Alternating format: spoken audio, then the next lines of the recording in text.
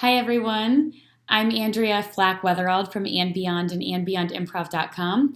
And there's an expression that gets used a whole lot in the world today, which is launch. We talk about launching products, launching companies, launching new initiatives.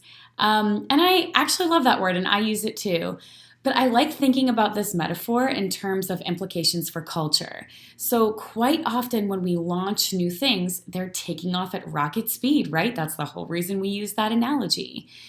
But if our culture is not intact through this process because we haven't really prioritized the things that matter most, which is confrontation. It's not a secret. You know that this is what I teach. The way that your leaders handle, engage, or avoid confrontation, that's what your culture is. Your employer brand, your reputation as an employer is staked on how people engage confrontation at your company.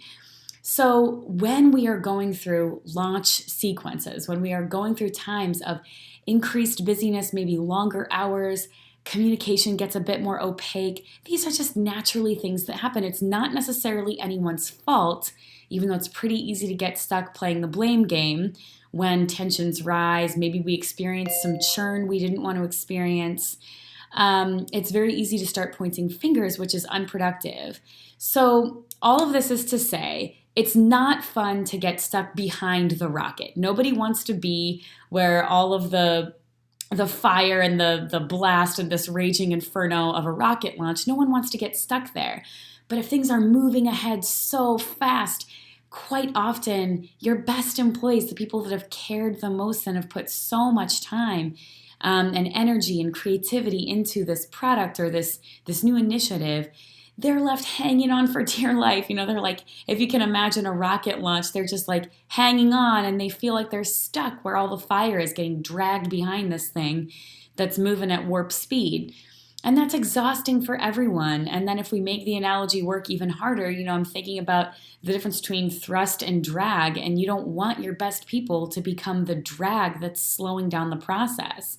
It's good to move fast. It's good to be agile and to grow.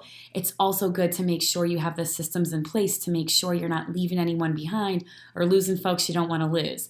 So that is the theme of this program that I have called Mindful Improv for High Impact Leadership. And if you are an empathetic leader at a company that's growing really quickly, then I'm really glad that you're watching this video because you are who this program is for. So it's also worth noting that I teach a very soul-centered approach to getting into alignment and to putting these systems in place. So you need to be down for mindfulness. You need to be down for doing that internal work to make sure that your head is on straight and that you are leading in a way that matches your values. If all of that sounds good to you, then I hope you will check out this program. We have public cohorts. The next one at the time of this video begins on April the 8th. And I hope that you will check out the video, see if it feels like a good fit, and add your name to the waitlist. I'm delighted to see people adding their names, new people that I haven't even met before, which is just lovely. And I don't want you to miss out because this really is an awesome program. I hope you'll check out the way that it's structured because I've intended it to be a conversation. I've intended it to be highly impactful and deeply meaningful for people who are willing to really participate, really show up for the calls, and be honest about what's going on. So you'll get some individualized feedback and some ideas for your specific situations that you're dealing with, but you'll also be introduced to this content that I've been teaching for years now around confrontation infrastructure and brand strategy, brand guidelines for how you handle confrontation, giving and receiving feedback, self-advocacy.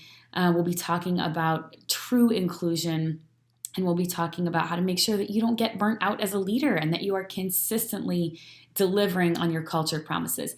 This is how you get a great employer brand. This is how you build a company that you're proud of. So if this all sounds good, I hope you'll check out the program. Thanks so much for watching this video. Don't forget to add your name to the waitlist so you can join our next public cohort, which starts on April 8th.